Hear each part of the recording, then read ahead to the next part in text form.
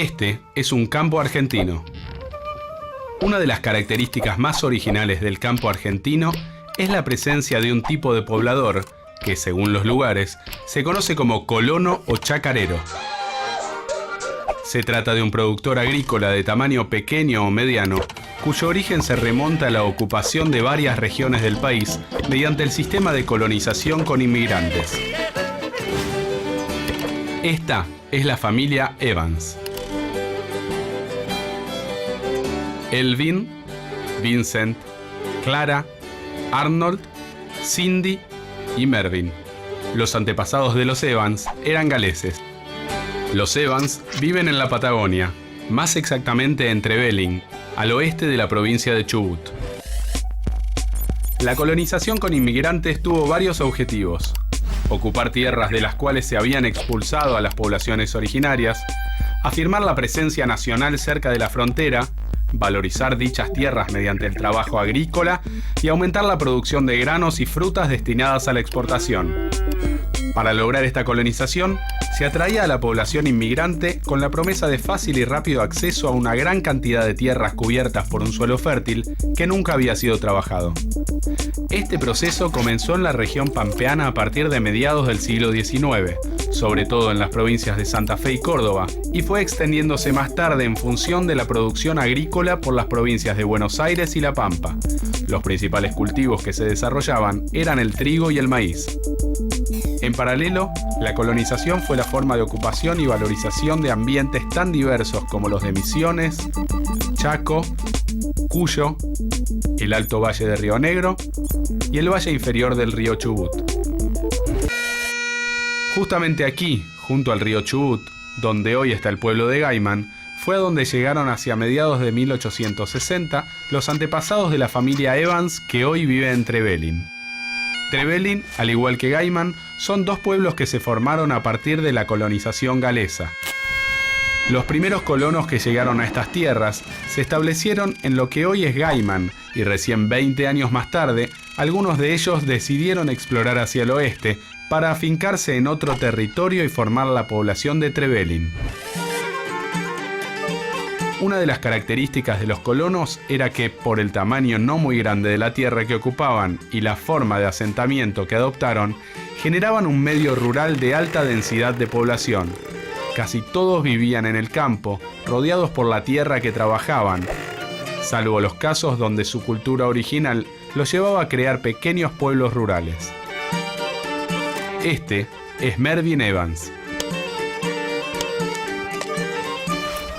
Bueno, acá tenemos trigo y una de las principales actividades que hicieron los galeses en Gales fue la del trigo de los molinos y bueno, la siguieron haciendo acá en Chubut.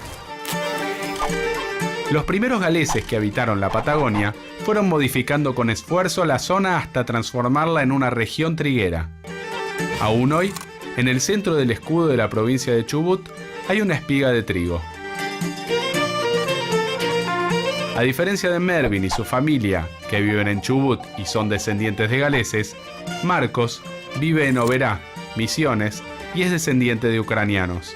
Al igual que Mervyn en Chubut, Marcos en Misiones es descendiente de aquellos primeros colonos que se aventuraron en tierras desconocidas para poblar el extenso territorio de nuestra nación.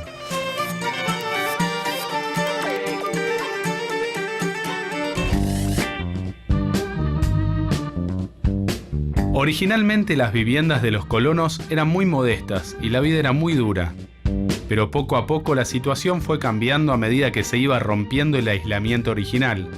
Llegaron las escuelas, accedieron a mejores transportes, los caminos se hicieron más transitables y permitieron la llegada de mayor variedad de productos.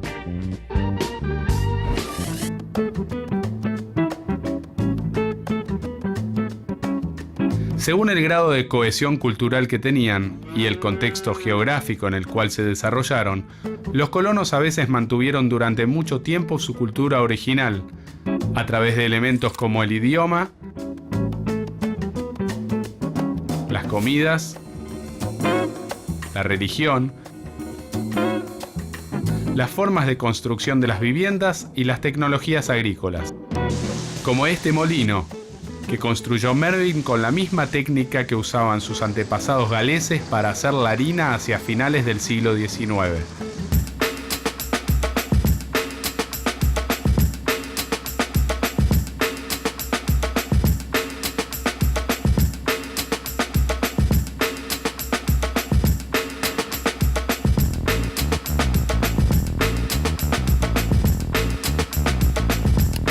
Los colonos se caracterizaron por aferrarse por mucho tiempo a una tradición cultural basada en la vida familiar y el apego a la tierra, no tanto por su valor económico, sino como elemento simbólico de unión familiar, bajo la idea de mantener una base de producción propia de alimentos. A diferencia de los antepasados de Mervyn en Chubut, que cultivaban el trigo para hacer harina, los antepasados de Marcos en Oberá, Misiones, se dedicaron a la plantación de yerba mate y a la cría de animales menores para elaborar productos derivados como los embutidos. Pero al igual que ellos, otros colonos, que provenían de prácticamente todos los países de Europa, afincados en otras partes de Argentina, se dedicaron a diversos cultivos como la vid en Mendoza o las peras y manzanas en Río Negro.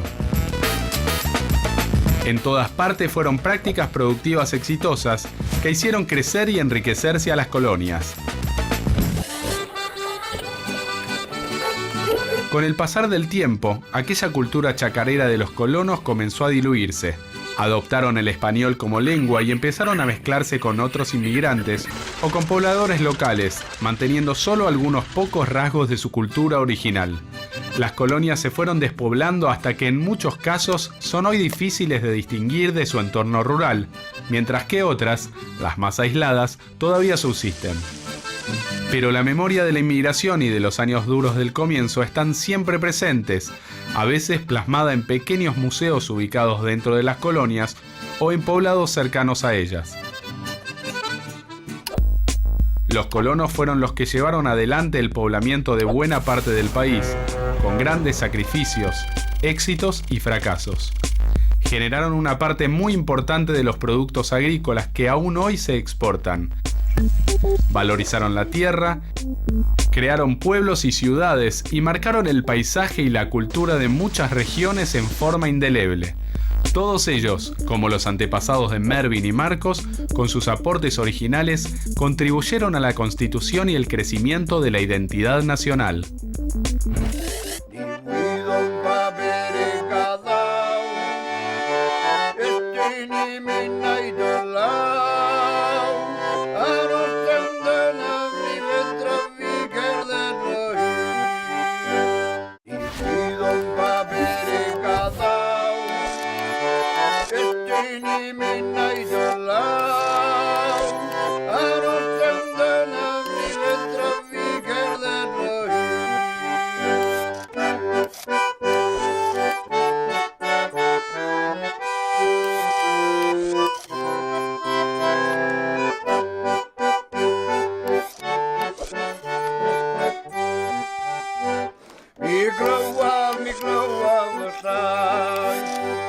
Angalo, angalo, a mí no hay